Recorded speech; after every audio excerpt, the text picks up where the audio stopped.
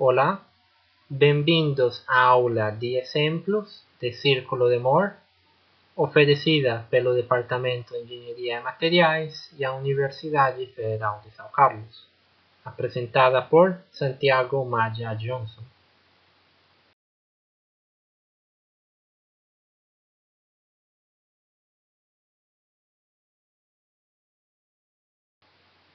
Para nosso segundo exemplo, temos um ponto dentro de um material que é sometido a tensões σx de 15.000 psi, σy de 5.000 psi e tau de 4.000 psi. Neste elemento, temos agora tensões de cisalhamento.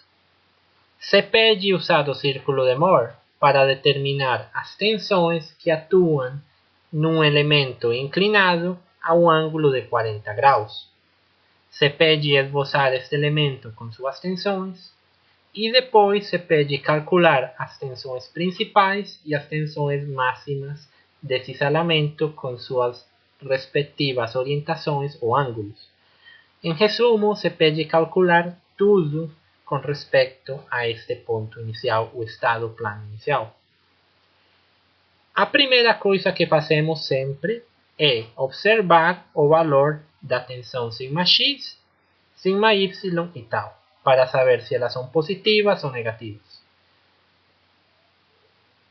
Agora podemos começar a solução de nosso exemplo. Sabemos que o valor das tensões é esse de ali.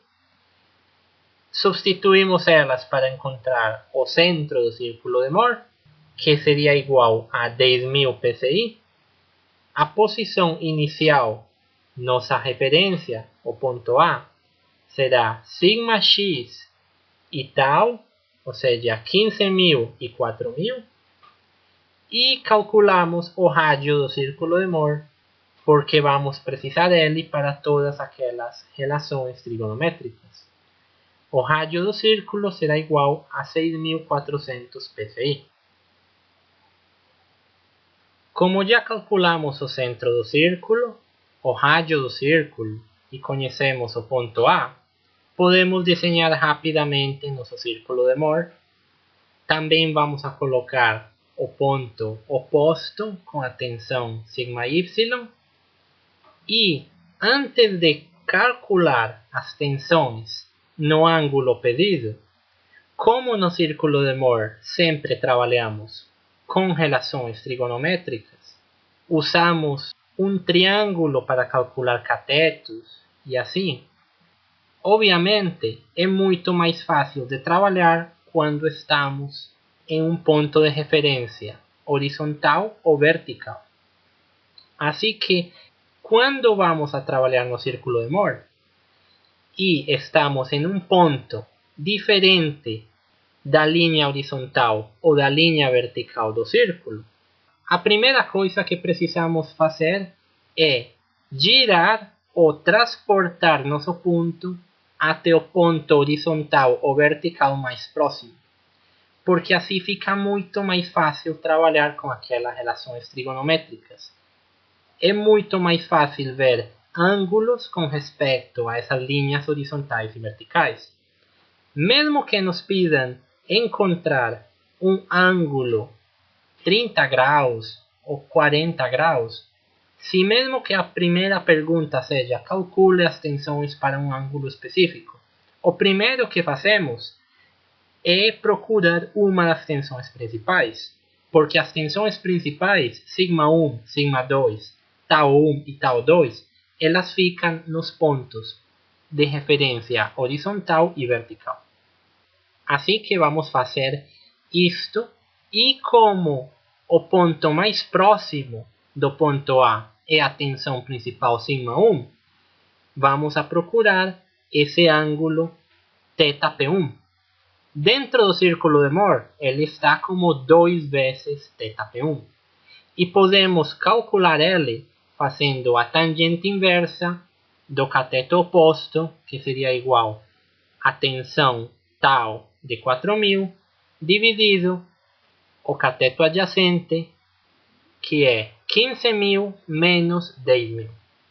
Uma vez encontramos esse ângulo, que é de 38,66, já sabemos que estamos na parte horizontal. Outra coisa importante é que às vezes não é claro se quando fazemos a rotação vamos a ficar, por exemplo, num ponto tal positivo ou tal negativo. Porque dependendo do ponto, às vezes é difícil olhar.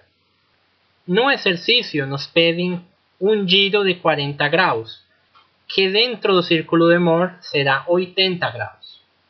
Como já sabemos que o ângulo entre o ponto A e σ1, que é o eixo horizontal, é de 38, e vamos a girar 80, sabemos que vamos a ultrapassar esse ponto e estaremos na parte negativa de tal.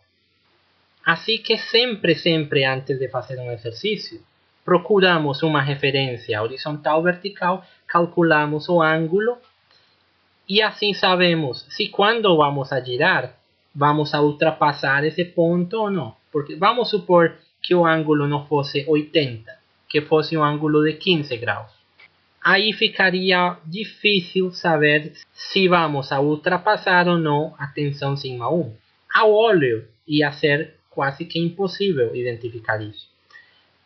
Mas se calculamos esse ângulo e nos deu 38,7 graus, e se nos pedisse uma orientação de 15, dentro do círculo de Mohr seria 30 e sabemos que não vamos a ultrapassar.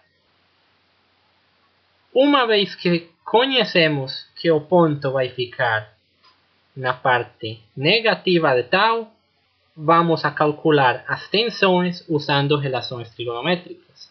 O giro é de 80 graus, mas para calcular o ângulo desse triângulo, que chamaremos o ângulo alfa, nós precisamos restar o ângulo que já avançamos para chegar a σ1, ou a linha horizontal.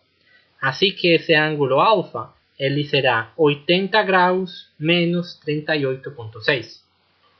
Com esse ângulo alfa, facilmente podemos calcular tau e σ1, igual como fizemos no exercício passado. Seno de alfa será igual ao cateto oposto sobre o rádio do círculo, R. Assim que esse cateto será igual a R seno de alfa.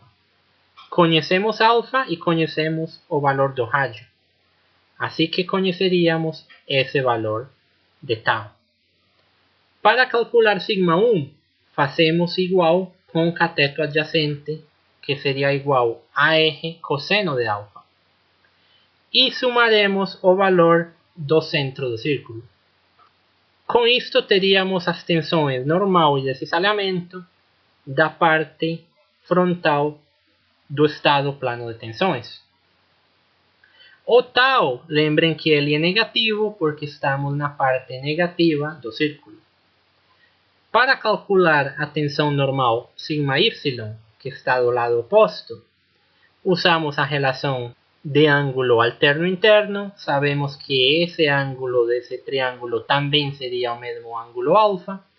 Essa distância da base desse triângulo seria igual a outra que já calculamos. Assim que o ponto σy será o centro do círculo menos a base desse triângulo, que é igual a R cosseno de alfa.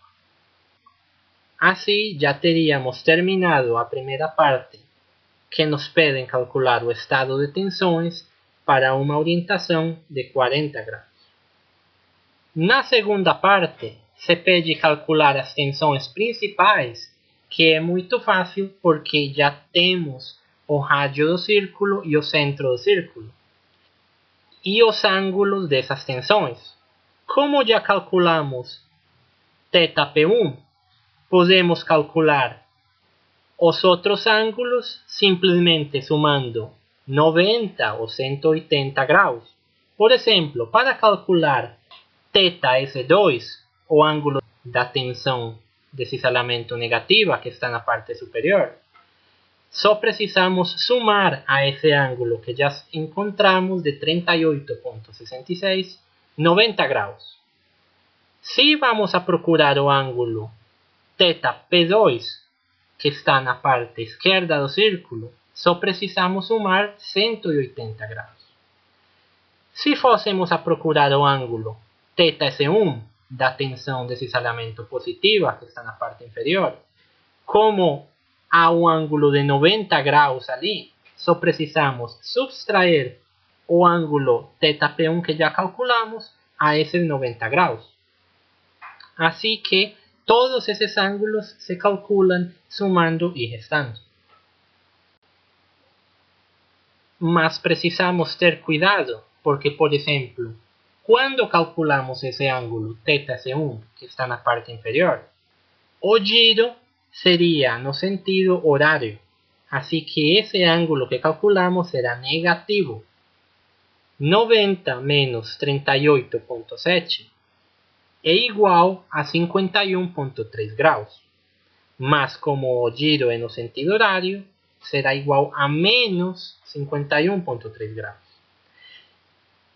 E também precisamos ter cuidado porque todos estes ângulos eles são trabalhados dentro do círculo de Mohr. Quando eles vão sair do círculo, eles precisam ser divididos por 2 para que seja igual à orientação no estado plano de tensões. Se alguém quiser calcular esse ângulo dando a volta completa do círculo, seja, girando 270 graus no sentido positivo, também pode fazer isto. O resultado final será exatamente o mesmo. Neste slide, só colocarei as equações que foram usadas para encontrar esses ângulos, mas lembrem que elas já foram explicadas dentro do círculo. E observem que todos os ângulos depois de sair do círculo, eles foram divididos por 2. Para desenhar o estado de tensões depois de ser girado, não é necessário usar os dois ângulos θP1 e θP2, por exemplo. Só com um deles, você já poderia orientar o estado de tensões, tendo cuidado que as tensões da parte frontal e superior sejam as corretas. Ou seja, quando calculamos θP1, 19,3 graus, a tensão na parte frontal será a tensão σ1. Se calculássemos θP2, que é 109 graus, quando giremos o elemento de tensões 109 graus, a tensão que aparece na parte frontal será a tensão σ2, porque é a tensão desse ângulo θP2. O elemento de tensões ele será equivalente, mas, de novo, precisamos ter cuidado de que a tensão que colocamos na face do cubo seja a do ângulo de rotação que calculamos. Usando trigonometria para calcular as tensões do elemento girado 40 graus, teríamos que σx é igual a 14.810 psi, tau seria igual a 4.230, sendo negativa porque está na parte negativa das tensões de cisalhamento, e σy será igual a 5.190. Colocamos estas tensões no elemento girado em 40 graus e com isto terminamos a primeira parte do exercício. Para a segunda parte, se pede calcular as tensões principais e as tensões máximas de cisalhamento. Esta é a parte mais simples de fazer com o círculo de Mohr. Desde o começo, já nós fomos procurar a tensão máxima 1. É o mais fácil sempre procurar uma das tensões principais ou das tensões máximas. E como já calculamos o centro do círculo de Mohr e conhecemos o rádio R, obter o valor ou a magnitude dessas tensões é muito fácil. A tensão σ1, ou tensão máxima, ela será sempre o centro do círculo mais o rádio. O centro é 10.000 e o rádio 6.400. Assim que σ1 será 16.400 psi. σ2 será o centro do círculo menos o rádio. Assim que será 3.600 psi. As tensões máximas de cisalhamento são mais R e menos R. Ou seja, mais 6.400 e menos 6.400. E a tensão normal associada a elas é igual a sigma, centro do círculo, de 10.000. Calcular as tensões principais é o mais fácil. O ângulo θP1 já tínhamos calculado. Usaremos ele para desenhar nosso elemento, nosso cubo. E para desenhar o outro cubo das tensões de cisalhamento, usaremos θS1 porque é o que fica mais próximo.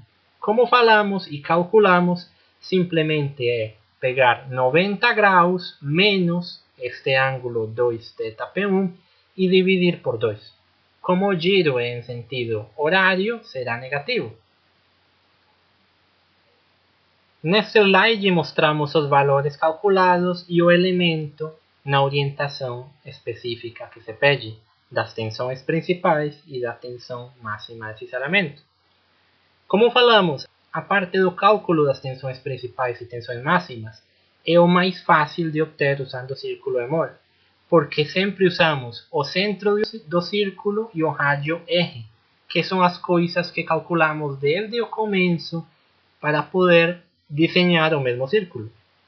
A única coisa que precisamos calcular a mais é o ângulo de uma dessas orientações, mas é a primeira coisa que fazemos para poder orientar-nos dentro do círculo. Assim que, mesmo que fosse a última parte do exemplo, estes cálculos são os mais simples e os mais fáceis de obter usando o círculo de Mohr. Com isto, daremos por terminado o segundo exemplo. No exemplo 3, temos um ponto no material sometido a umas tensões e se pede, igual que no exemplo anterior, determinar todas as tensões principais e tensão de cisalhamento máxima e suas orientações, e também o estado de tensões para um elemento girado a um ângulo de 45 graus. O primeiro que precisamos fazer é identificar as tensões que estão atuando. No enunciado do exemplo se nos dá o valor e o sinal, mas muitas vezes isto não é dado e o estudante precisa identificar de maneira correta quais que são elas e o sinal. Assim que, olhando a parte frontal do elemento, temos uma tensão de 50 MPa entrando no cubo no sentido oposto do eixo X, negativa, e uma tensão de cisalhamento τ indo para baixo, também negativa. 50 MPa e 40 MPa são negativos. A tensão σy, ela é positiva. Obviamente, como estamos mostrando estes exemplos, já todos os valores eles são dados e explicados para que fique claro. Mas, de novo, algumas vezes não será assim e é necessário que seja identificado de maneira correta usando a notação que foi explicada em vídeos anteriores. Se alguma destas tensões não for colocada de maneira correta, por exemplo, se a tensão de cisalhamento de menos 40, por engano, fosse tomada como uma tensão positiva de mais 40, obviamente o resultado obtido usando o círculo de Mohr será oposto, porque estaríamos em um ponto diferente dentro do círculo de Mohr e todos os nossos cálculos feitos darão resultados diferentes. Assim que uma coisa tão simples como um erro numa sinal no começo de uma destas tensões pode levar a que todos os resultados obtidos sejam errados. Depois de ter identificado corretamente as nossas tensões, σx menos 50 MPa, σy positivo 10 MPa e τ negativo menos 40 megapascal, começamos a solução do exercício. O centro do círculo ele é calculado com menos 50 megapascal mais 10 dividido 2. Isso nos dá o centro em menos 20 megapascal. O centro de nosso círculo agora estará na parte negativa do eixo coordenado das tensões sigma. O nosso ponto inicial, ponto θ0, será sigma menos 50 e tau menos 40. E calculamos o rádio do círculo de Mohr igual a 50 megapascal. Graficando nosso círculo de Mohr, colocamos o centro em menos 20, colocamos o ponto A menos 50 e menos 40. Observem que nosso ponto inicial, nosso θ0, nosso começo, agora estará numa região onde as duas tensões são negativas. Também para ajudar a desenhar o círculo, colocaremos a tensão normal sigma de 10 megapascal em sigma e tau. Tau é o oposto com o sinal oposta do ponto A. No ponto A ela era negativa, assim que no ponto B será positiva, uma tensão de cisalhamento de 40 megapascal. Com esses dois pontos, traçamos uma linha entre o centro e os dois pontos e desenhamos nosso círculo de Mohr. Sabemos que precisamos procurar um ponto horizontal e vertical. Escolhemos o ponto sigma 2 da linha horizontal, que está bem próximo. Calculamos o ângulo de rotação para chegar até esse ponto usando trigonometria, tangente do cateto oposto sobre o cateto adjacente. O cateto oposto é a tensão de cisalhamento de 40 megapascal. O cateto adjacente será 50 menos 20. Fazendo a tangente inversa, encontramos que esse ângulo é igual a 53,1 graus. Como nos pedem calcular as tensões a 45 graus, dentro do círculo será 90 graus. Sabemos que 90 graus é mais do que 53 que tínhamos calculado, assim que nosso ponto vai ultrapassar a tensão principal sigma 2. Colocamos o ponto D que precisa ser calculado e usando trigonometria calculamos as tensões sigma x e tau.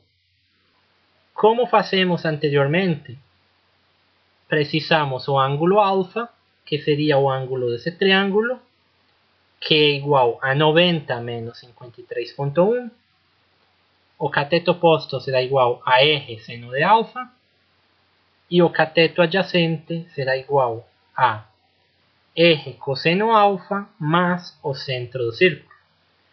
Observe que como estamos nesta parte esquerda do quadrante, quando calculamos a base desse triângulo, precisamos sumar o centro do círculo para encontrar a distância sigma x. Usando o ângulo alterno interno, podemos calcular a tensão sigma y. Agora, a base que calculamos desse outro triângulo, precisamos restar os 20 do centro para encontrar a distância sigma y. Fazendo isto, já temos calculado o estado de tensões a 45 graus. É importante notar que a tensão sigma x que calculamos está na parte negativa de sigma. Assim que ela será uma tensão negativa ou tensão de compressão. Mas a tensão de cisalhamento está na parte positiva, que será uma tensão de cisalhamento positiva. E sigma y está na parte positiva das tensões normais. Com isto, já podemos desenhar nosso elemento de estado de tensões. Aqui mostramos todos os cálculos dos ângulos. O primeiro ângulo que calculamos para chegar a sigma 2, o ângulo θp2, era de 26,6 graus. Uma das coisas boas do círculo de Mohr é que, como já falamos várias vezes, sabemos e temos certeza que este ângulo é θp2 porque ele foi encontrado para chegar na parte esquerda do círculo, que é onde fica σ2. Tendo ele como referência, podemos usá-lo para calcular os outros ângulos das tensões principais. A tensão de cisalhamento máxima, que fica na parte embaixo, só precisamos somar 90 graus e dividir por 2. Esse ângulo será igual a 71,6. E o ângulo da tensão principal, θp1, será igual a 116,6. Só precisaríamos somar 180 graus e depois dividir por 2. Usando trigonometria, calculamos essas tensões σx, que será igual ao centro do círculo mais a base do triângulo, ou seja, R cosseno de alfa. Isso nos dá 60 megapascal, só que como ele é negativo, que está na parte negativa de sigma, será menos 60 megapascal. A tensão de cisalhamento tau será igual a R seno de alfa, positiva, e a tensão de cisalhamento sigma y será a base do triângulo R cosseno de alfa menos o centro do círculo que estava restando, 20 megapascal. E desenhamos o elemento, o estado de tensões, girado a 45 graus, com estas tensões atuando sobre ele. Nestes slides eu coloco as equações matemáticas, mas lembrem que todas elas foram obtidas do círculo de Mohr usando trigonometria. Na segunda parte do exemplo, para calcular as tensões principais e tensões máximas de cisalhamento, o centro do círculo já conhecemos, menos 20, e o rádio do círculo também já conhecemos, que é 50 megapascal. A tensão σ1 da direita será o rádio menos o centro, ou seja, 30 megapascal. E a tensão σ2 da esquerda será igual à distância do rádio mais do centro do círculo, ou seja, 70 megapascal, só que negativo porque estamos na parte negativa. Assim, σ1 será 30 e σ2 menos 70, negativo. A tensão de cisalhamento será 50 megapascal, que é igual ao rádio do círculo, e a tensão normal, menos 20, que é o centro do círculo. Para calcular os ângulos, o primeiro já tínhamos calculado, θp2, isso é a coisa boa do círculo de Mohr, sabemos que foi calculado com respeito à tensão σ2. O ângulo de cisalhamento, θs1, simplesmente sumamos 90 graus a esse outro ângulo que calculamos, e ele vai ser de 70,6 graus. Com isto já podemos desenhar nossos elementos de tensões principais e tensão máxima de cisalhamento. Como o ângulo que calculamos da tensão principal θp2 foi o primeiro que calculamos, nosso elemento será girado 26,6 graus no sentido anti-horário e colocaremos a tensão 2 na parte lateral daquele estado de tensões, que é uma tensão de compressão de 70 megapascal, que é a tensão σ2. Observe que a tensão σ2 ela foi colocada porque o ângulo com que foi medida esse giro ou essa orientação foi o ângulo θp2. Se você quiser fazer a orientação com respeito a θp1, 116,6 graus, pode fazer o giro para colocar a tensão 1 de 30 megapascal. Qualquer das duas formas vai dar como resultado exatamente o mesmo estado de tensões, que são as tensões principais. Mas precisa ter cuidado que o ângulo θp2 coloca a tensão sigma 2. No ângulo θP1, coloca a tensão sigma 1. Eles dois são equivalentes desde que for feito da maneira correta. O problema é se você, por exemplo, trocasse e colocasse a tensão de 30 megapascal com uma orientação do ângulo θP2. Aí você já teria mudado completamente todo e esse seria um outro estado de tensões. Por isso que é necessário, quando usamos as equações pelo método de equações e não do círculo de Mohr, que obtemos um ângulo, mas não temos ideia, não temos certeza esse ângulo a qual das duas tensões ele corresponde. Por isso que é obrigatório fazer a substituição em outras equações para saber a que tensão é que pertence esse ângulo.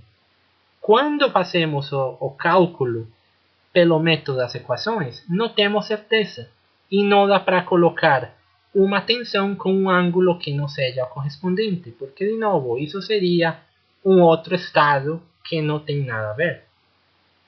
Com o círculo de Mohr, podemos ter certeza de que cada ângulo está relacionado com um tipo de tensão.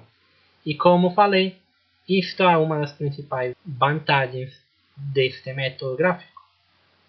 A desvantagem é o fato de que tudo o que calculamos é com magnitudes e temos que estar prestando atenção se o sinal é positivo ou negativo quando estamos girando no sentido horário ou anti-horário no ângulo, ou se estamos em tensões negativas ou positivas, porque sempre medimos magnitudes quando fazemos aquela trigonometria.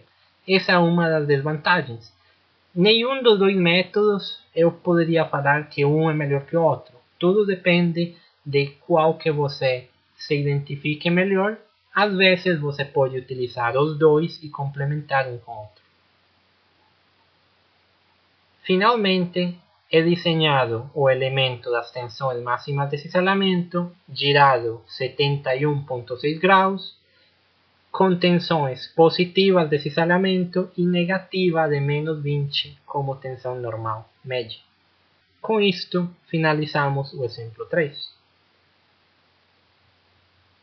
Para nosso exemplo final, usaremos o mesmo estado de tensões que foi usado num exemplo nos vídeos passados, onde se pedia calcular as tensões principais usando as equações, mas agora vamos a calculá-las usando o círculo de Mohr.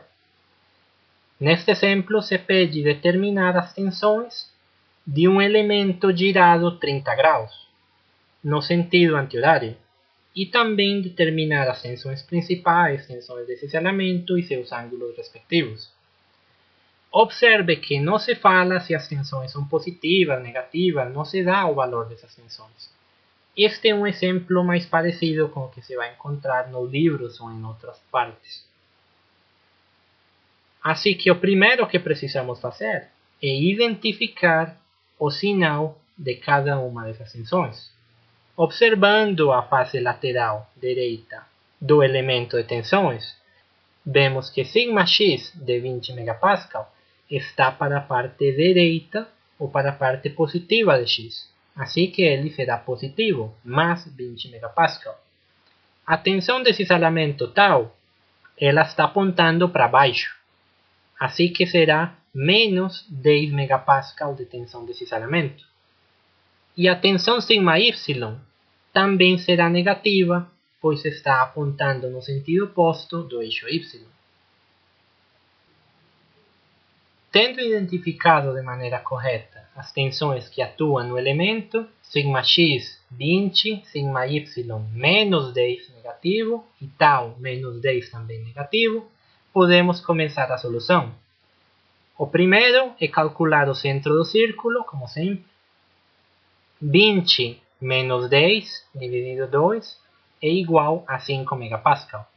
O centro de nosso círculo estará em 5 MPa. O ponto inicial, o ponto θ0, ficará em 20 MPa para sigma e menos 10 para τ.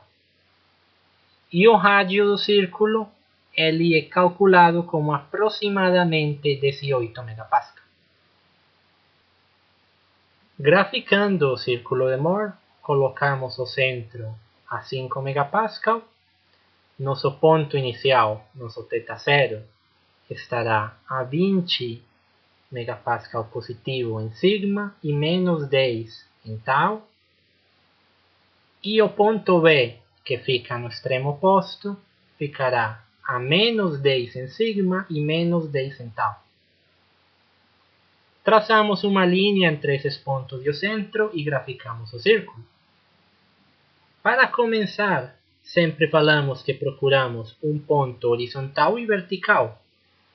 E esse ponto A inicial, ele está mais ou menos à mesma distância, tanto da tensão principal σ1, como da tensão de cisalhamento τ2 na parte superior. A olho não dá para saber qual está mais próximo.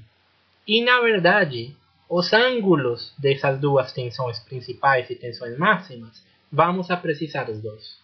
Assim que vamos a calcular os dois já. Começamos por θp1, usamos trigonometria, tangente inversa do cateto oposto, que é 10, sobre o cateto adjacente, que será 20 menos 5. Calculamos o ângulo de 33,7 graus. Sabemos que entre ele e o ângulo θS2 há uma diferença de 90 graus. Assim que 90 menos 33,7 será igual a 56,3. Essa é a distância entre o ponto A e a tensão máxima de cisalhamento τ2. Com isto, já sabemos que, girando o elemento que se nos pede para calcular as tensões a 30 graus, nós teríamos ultrapassado esse ponto, porque 60 graus é maior do que 56,3.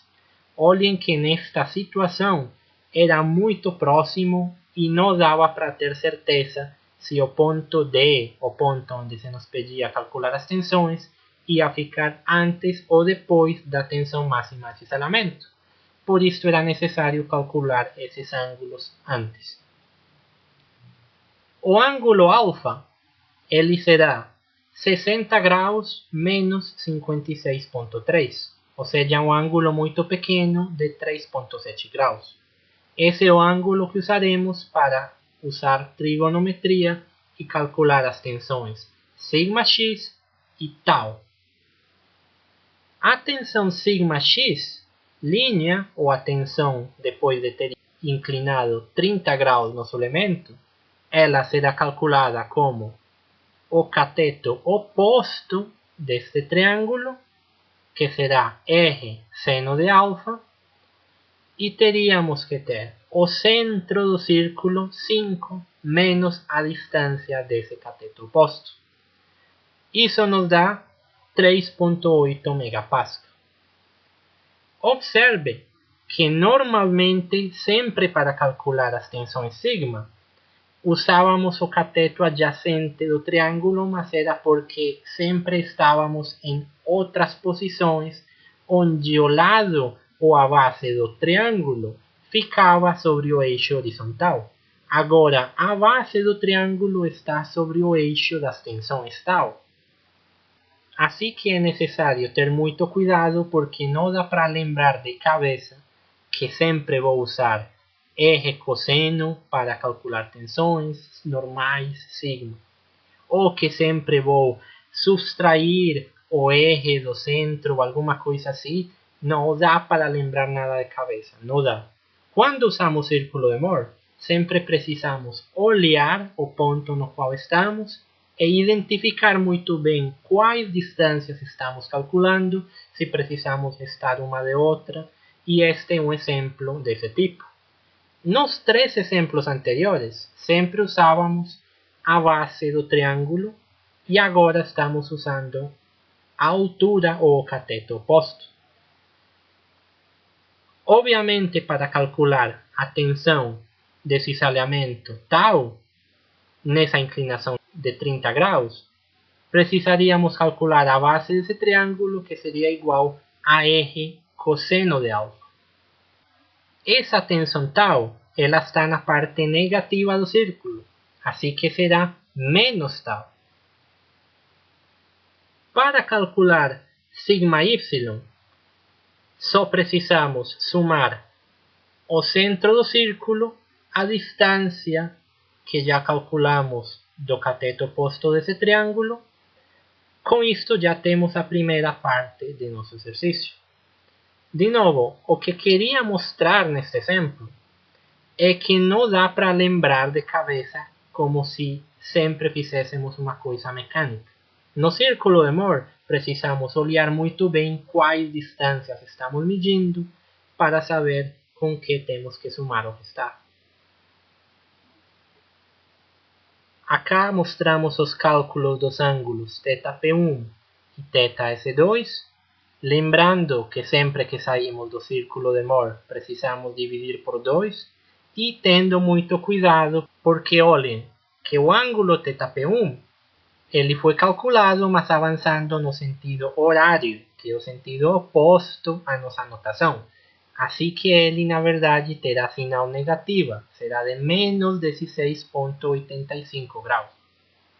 O ângulo θC2, ele sim foi no sentido anti-horário, assim que ele será positivo sim de 28,5 graus.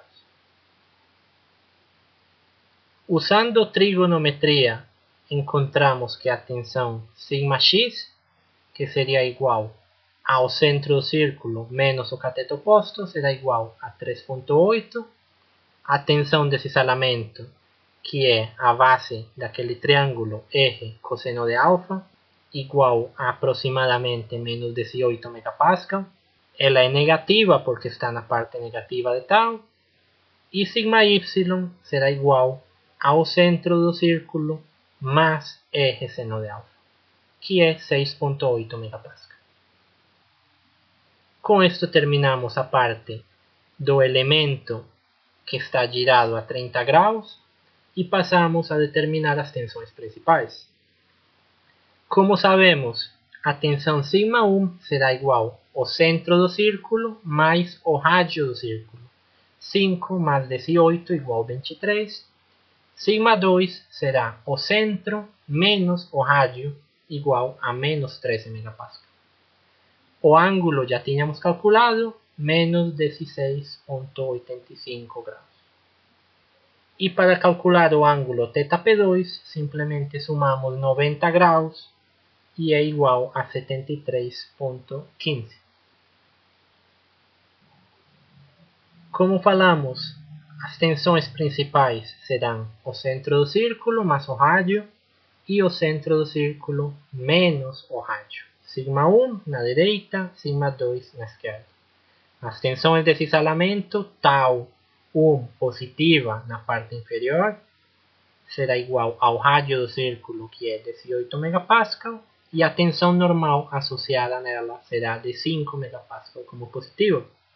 Os ângulos já tínhamos calculado desde o começo, assim que já conhecemos todos os dados que precisamos. Com isto já teríamos terminado a parte final, que é calcular as tensões máximas desse isolamento e sua orientação. θS2 é igual a 28,15, assim que θS1 só precisaríamos sumar 90 graus, que é igual a 118,15. Ela também poderia ser obtida a partir da tensão principal θP1, só que subtraindo 45 graus, porque seria um giro no sentido horário ou no sentido negativo. Com isto teríamos outro ângulo que é igual a menos 61,85. Os dois ângulos são equivalentes, é a mesma coisa, 118,15 que menos 61,85. Como falei várias vezes, você pode escolher se caminha num sentido ou caminha no outro.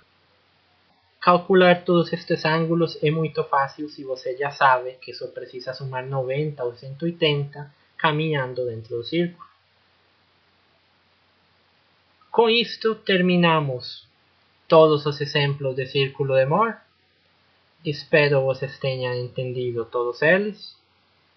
Não é difícil usar círculo de Mohr, só precisa ter cuidado com as magnitudes que estão se somando, cuidado com o sinal, porque quando calculamos tensões, sempre calculamos elas como uma magnitude, mas precisamos ver se estamos na parte negativa ou positiva de sigma ou de tau, e se estamos girando no sentido horário ou anti-horário do ângulo.